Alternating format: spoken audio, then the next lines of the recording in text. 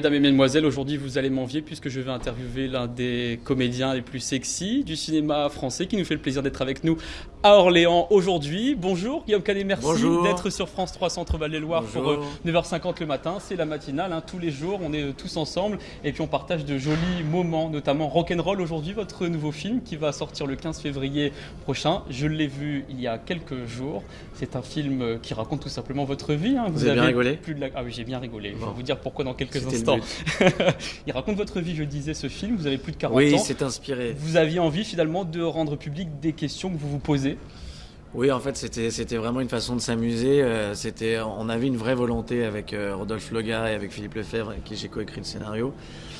Tout ça est parti pour de vrai, d'une vraie interview que j'ai pu faire avec une jeune journaliste qui m'a annoncé que j'étais pas très rock pour elle. Et elle me disait que c'est vrai qu'aujourd'hui, ma vie de famille, la maison, les chevaux, la maison de campagne, tout ça, ça me rendait pas très sexy. Et que j'étais plus très rock. Donc ça nous a beaucoup amusé d'imaginer que si Guillaume Canet était en pleine crise de la quarantaine et on lui annonçait ça, qu'est-ce qu'il deviendrait, qu'est-ce qu'il ferait. Et donc on s'est imaginé de le voir partir dans ce suicide social.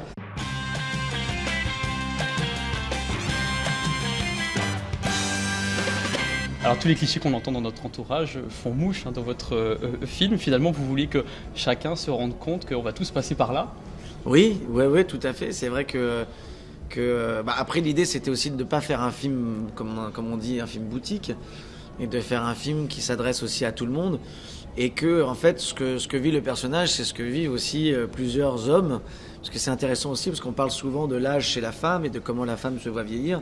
Mais on parle rarement de comment l'homme, lui aussi, se voit vieillir. Regarde un peu les bouées de chaque côté, voir sa gueule vieillir aussi, les cheveux qui commencent à se teindre.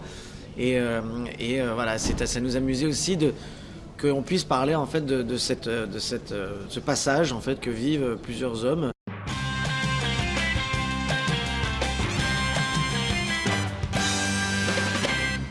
Vous êtes détendu, décontracté. Oui, c'est toujours confort. C'est ce qu'on voit aussi dans le film. Comme je le disais tout à l'heure, j'ai beaucoup ri, notamment les moments où votre compagne chante, vous, au moment où vous dansez avec vos enfants également. C'est aussi ça, la quarantaine, on se lâche plus, on ose tout, on se pose plus de questions. Je sais pas, peut-être que j'ai fait une crise de la quarantaine en faisant ce film surtout. En fait. Ouais, c'est peut-être ça. Alors Marion Cotillard incarne votre compagne aussi à l'écran. Finalement, c'est pas difficile de faire le baiser de cinéma à ce moment-là. Ah bah non, mais c'est jamais difficile de faire un baiser de cinéma. Ça dépend évidemment de l'actrice que l'on a en face. Mais non, quand c'est sa femme, non, c'est encore moins difficile. Alors vous jouez beaucoup pour faire la promo de ce film, notamment sur les réseaux sociaux. Moi j'ai sélectionné 2 petites photos. La première, c'est une photo de vous, justement. On vous voit avec le cliché parfait, les bouillottes dans les mains et puis les charentaises. Et elle vous répond très gentiment, votre compagne avec une... Enfin vous lui répondez plutôt très gentiment avec une autre photo. Une photo d'elle. Attention, parce qu'il faut qu'on voit qu'elle lui manque une chaussette. Sur le port, on voit qu'il lui manque une chaussette, effectivement, une tenue plutôt décontractée.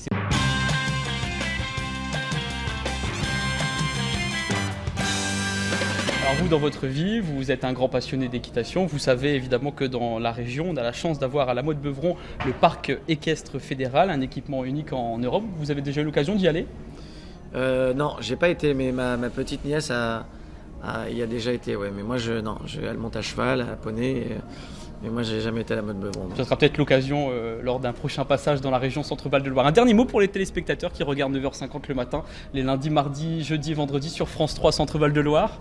Je vous souhaite une bonne journée et plein de bonnes choses. Et puis j'espère que si vous avez l'occasion de voir mon film, il vous plaira et vous passerez un bon moment. Moi, je passe un moment merveilleux à aller partout en France le présenter et à voir l'accueil que me réservent les gens partout où on passe.